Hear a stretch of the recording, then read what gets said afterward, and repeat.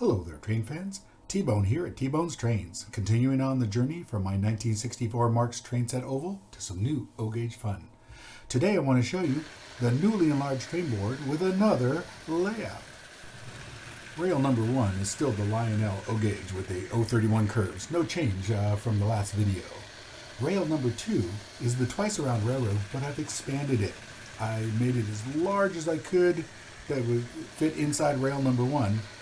But I've also used the O48 curve on the right side there, but the rest is usual with the O27 curves. Rail number 3 is the hourglass figure 8. I wanted to get as much rail on the table as I could.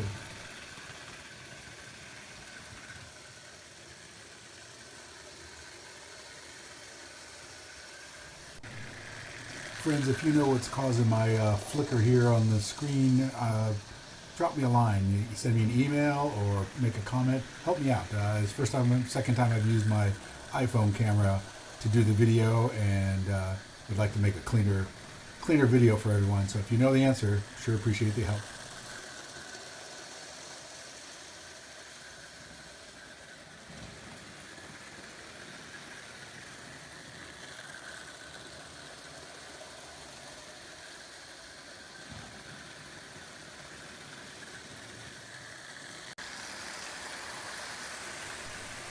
So on rails 1 and 2, I've got the 666 locomotives hauling around most of my rolling stock.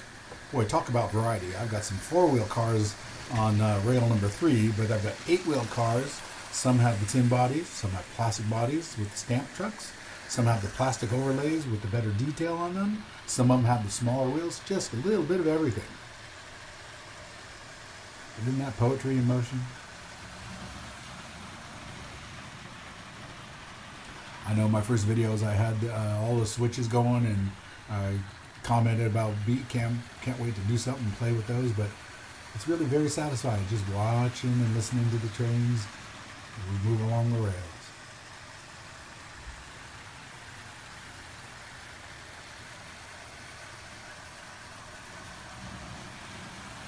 That is Dad's Commodore Vanderbilt on rail number 3 on the hourglass figure 8. Humming away.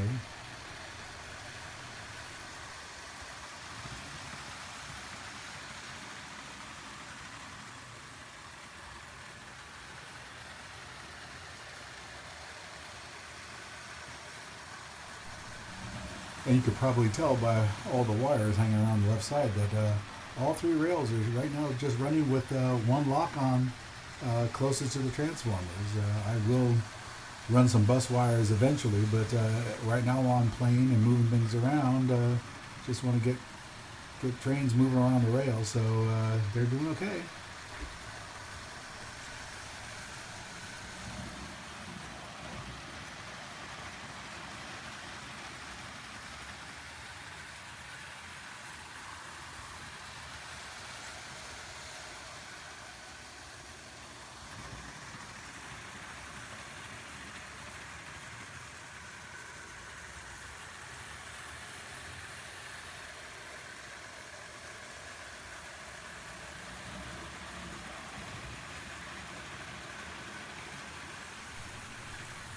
And I'd love to hear some comments and suggestions regarding banking the track, especially on those O27 curves. Those 666s will flip right off if you get above about much above 50% power. So if you got any ideas about those, I'd love to hear what you've done and what's worked for you and what hasn't.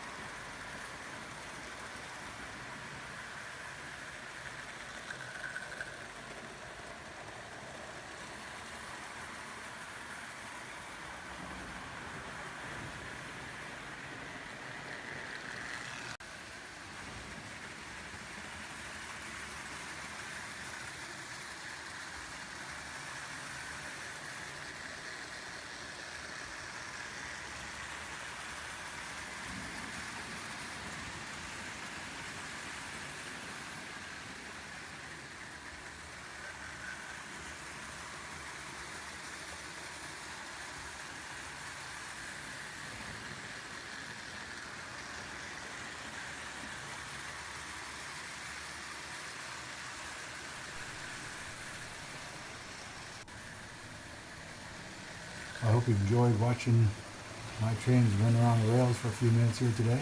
Again, I'd love to hear from you. Comments, suggestions, ideas you can share.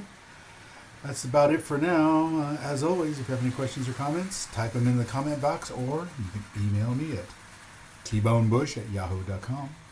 Thanks for watching. Let's have fun with trains.